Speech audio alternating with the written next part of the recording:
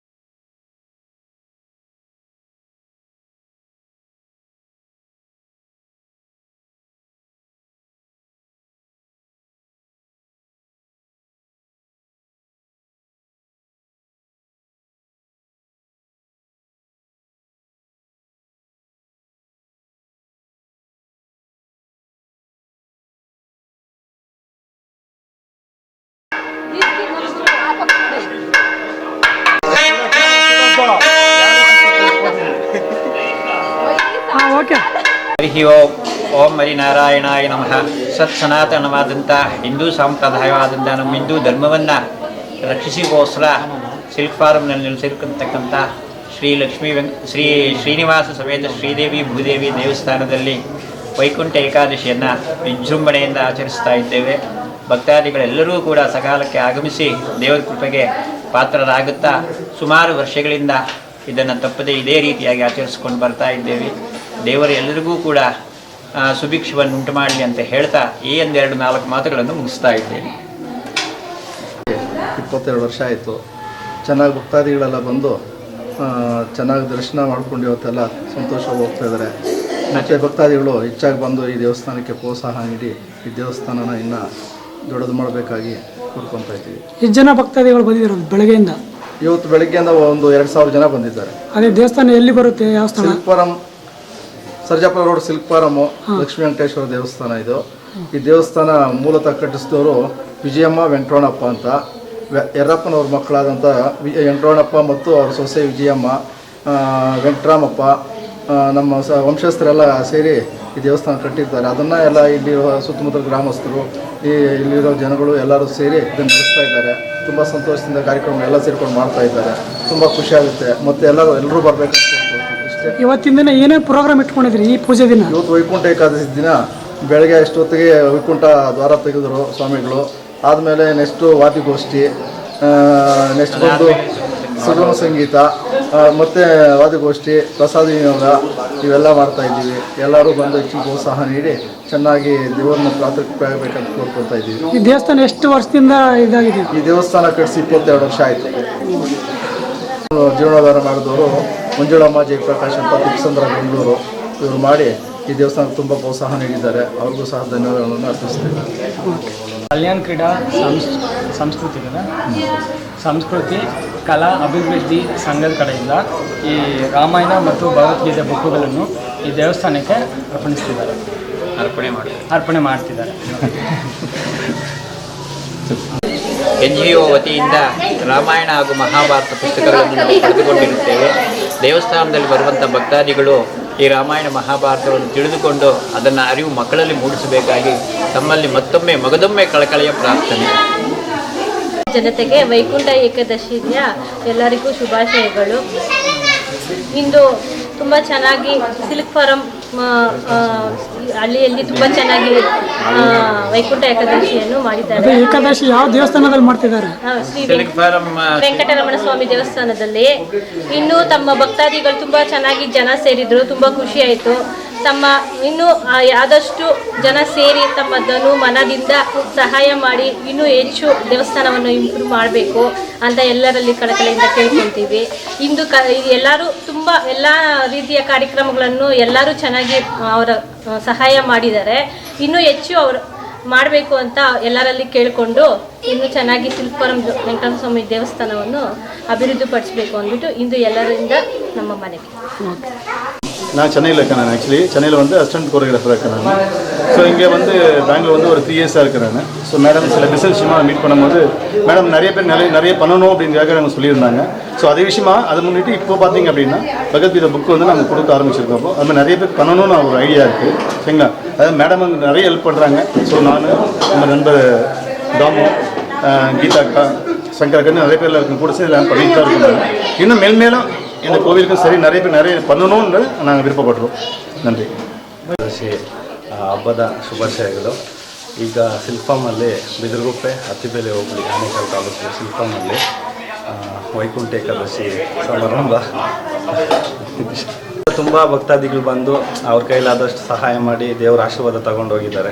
ಇದಕ್ಕೆ ಮೂಲ ಕಾರಣ ನಮ್ಮ ಅಂಬರೀಷ್ ಅಣ್ಣ ಮತ್ತು ನಮ್ಮ ಮಂಜಣ್ಣ, ದೇವರಾಜಣ್ಣ. ಅವ್ರು 3 ದಿವಸದಿಂದ ತುಂಬ ಕಷ್ಟಪಟ್ಟು ನಮ್ಮ ಮಂಜಾಕ್ನವರು ಎಲ್ಲ ತುಂಬ ಕಷ್ಟ ಬಿದ್ದು 3 ದಿವಸದಿಂದ ತುಂಬ ಕಷ್ಟ ಬೀಳ್ತಾ ಇದ್ದಾರೆ. ಅವರು ತುಂಬ ಯುವಕರೆಲ್ಲ ಬಂದು ಇದಕ್ಕೆ ಸಪೋರ್ಟ್ ಮಾಡಬೇಕು. ನಮ್ಮ ದೇವಸ್ಥಾನಗಳು ನಮ್ಮ ಹಿಂದೂ ಸಂಪ್ರದಾಯನೆಲ್ಲ ಮರಿತಾ ಇದ್ದಾರೆ ಜನಗಳೆಲ್ಲ.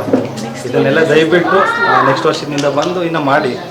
ಮತ್ತು ಇವರು ಏನು ಕಂಪ್ನಿ ಪೇರು ಕಲ್ಯಾಣ್ ಕ್ರೀಡಾ ಸಂಸ್ಥೆಯವರು ಭಗವದ್ಗೀತೆ, ರಾಮಾಯಣ, ಮಹಾಭಾರತ ಬುಕ್ಕುಗಳನ್ನ ದೇವಸ್ಥಾನಕ್ಕೆ ಕೊಟ್ಟರು. ತುಂಬ ಖುಷಿ ಆಯಿತು. ಈ ಥರ ಎಲ್ಲ ನಮ್ಮ ಮಕ್ಕಳು ದೊಡ್ಡವರೆಲ್ಲ ಅದನ್ನೆಲ್ಲ ಓದಿ ತಿಳ್ಕೊಬೇಕು.